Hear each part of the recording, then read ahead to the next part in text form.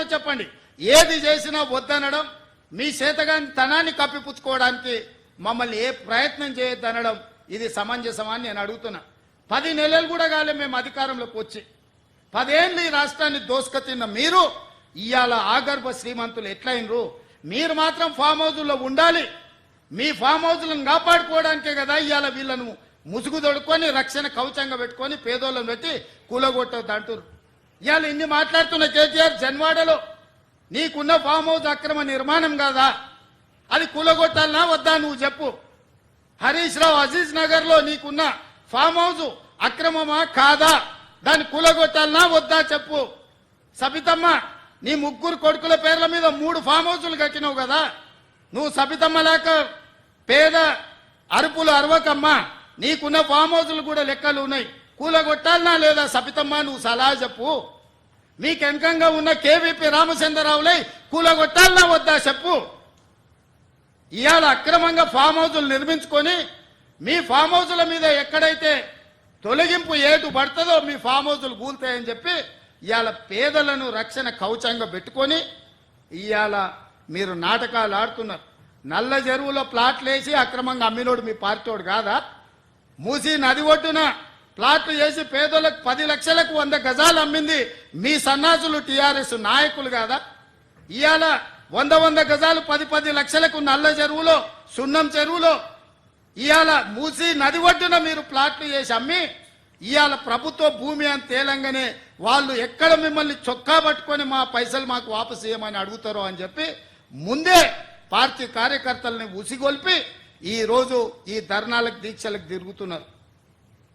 ఇవాళ మూసీలో వచ్చిన వరదలు తెలంగాణ రాష్ట్రాన్ని హైదరాబాద్ నగరాన్ని ముంచేస్తలేవా? మరి వాటికి పరిష్కారం ఎట్లా నాకు తెలియదా? ఇవాళ కొంతమంది పేదలు ఇండ్లు తీస్తే వాళ్ళకి దుఃఖం ఉంటుంది, వాళ్ళకి బాధ ఉంటుంది, వాళ్ళు కొంత ఆవేశంగా మాట్లాడతారని నాకు తెలియదా? రాజకీయంగా లాభమో నష్టమో ఉంటుందో నేను అంచనా వేయలేనా? 20 ఏళ్ళు ప్రజాక్షేత్రంలో ఉన్నోని, ప్రజలలో తిరిగినోని, పేద ప్రజల కష్టమేందో తెలియకుండానే తెలంగాణ రాష్ట్రానికి ముఖ్యమంత్రి అయినా. కానీ నగరాన్ని కాపాడుకునే బాధ్యత మన మీద లేదా? మీరు ఆలోచన చేయండి. ఇవాళ హైదరాబాద్ నగరానికి తాగునీరు అందించిన ఉస్మాన్ సాగర్, హిమాయత్ సాగర్ లో బల్చినోళ్ళు బల్చి కొట్టుకుంటున్నోళ్ళు ఫామ్ హౌజులు కట్టుకొని వాళ్ళ డ్రైనేజ్ తీసుకెళ్లి ఆ గండిపేటలో హిమాయత్ సాగర్ ఉస్మాన్ సాగర్ లో కలిపితే వాళ్ళ డ్రైనేజ్ నీళ్లు హైదరాబాద్ నగరం తాగాలనంట. ఈ నా కొడుకులు చెప్తున్న భాష గది. ఇవాళ ఆ ఫామ్ హౌస్ చుట్టూతో కట్టుకున్న ఇల్లు ఎవరివి? కేటీఆర్ కు లేదా? హరీష్ కు లేదా?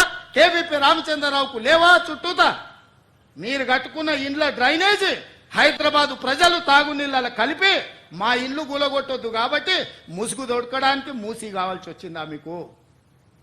మూసీని అడ్డం పెట్టుకొని ఎంతకాలం బతుకుతారా మీరు? ఎంతకాలం తప్పించుకుంటారు? వారం రోజులు, 10 రోజులు, 15 రోజులు, నెల రోజులు అయినా వదల మీ భర్త మీరు అనుకుంటూనే ఒక్కనొక్కని చింతపండు చేస్తా. మూసి పేదలకు ఏం చేద్దామో చెప్పండి. ప్రతి పేదవాడికి మంచి కాలనీలు చేసి ఇల్లు కట్టిద్దాం చెప్పండి. ప్రభుత్వం దగ్గర భూములు లేవా? ప్రభుత్వం ఏమైనా గొడ్డుపోయిందా? జవహర్ నగర్ లో 1000 ఎకరాలు ఉంది ప్రభుత్వాన్ని. మూసీలున్న పేదోళ్ళందరికీ తలా 150 గజాలు చేసి ఇచ్చి ఇందిరమ్మ ఇల్లు కట్టిద్దాం. రాండి సన్నాసులారా, ముందుకు రాండి, పేదోళ్ళు కట్టిద్దాం. ఎవరైతే నమ్మి మోసపోయి కట్టుకున్నారో వాళ్ళ ఇల్లు కట్టడానికి ఎంతైందో నష్టపరిహారం ఇద్దాం, ప్రభుత్వం ఖజానా నుంచి పంచుదాం. రాండి, అందరం కూర్చొని పంచుదాం ఒకటే వేదిక మీద.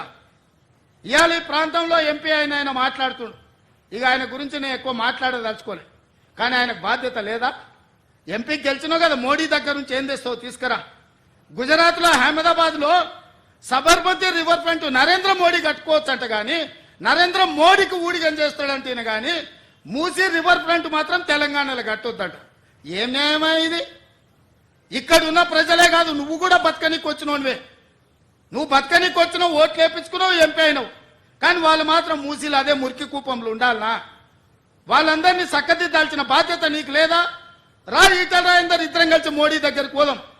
పోయి 25,000 కోట్లు తీసుకొద్దా, మూసీలు ఉన్న పేదోళ్ళకి పంచి పెడదాం, ఇల్లు కట్టిద్దాం, డబుల్ బెడ్రూమ్ ఇల్లు కాదు మంచి కాలనీలు కట్టిద్దాం వాళ్ళకు. 40 లక్షల కోట్ల బడ్జెట్ ఉంది కదా మోడీ దగ్గర. హైదరాబాద్ నగరానికి 25,000 కోట్లు ఇవ్వలేడా? చేబెల్ల మీరే గెలుస్తారు, సికింద్రాబాద్ మీరే గెలుస్తారు, మల్కాజ్గిరి మీరే గెలుస్తారు, మెదక్ మీరే గెలుస్తారు, నగరం చుట్టూతో మొత్తం మీరే గెలిచింది కదా ఈటెల రాజేందర్ గారు. మోడీ దగ్గరికి వెళ్ళి ఏం తెద్దామో రాపోదాం. నాకేం బేసిజా లేవు. రాజేందర్ గారు రండి సచివాలయానికి, ఏ ప్రతిపాదన తెస్తారో తీసుకురండి. కేటీఆర్ హరీష్ రావు మొదటి రోజు మాట్లాడతారు, తెల్లారా జిరాక్స్ కాపీ తీసుకొని ఈటెల రాజేందర్ మాట్లాడతారు.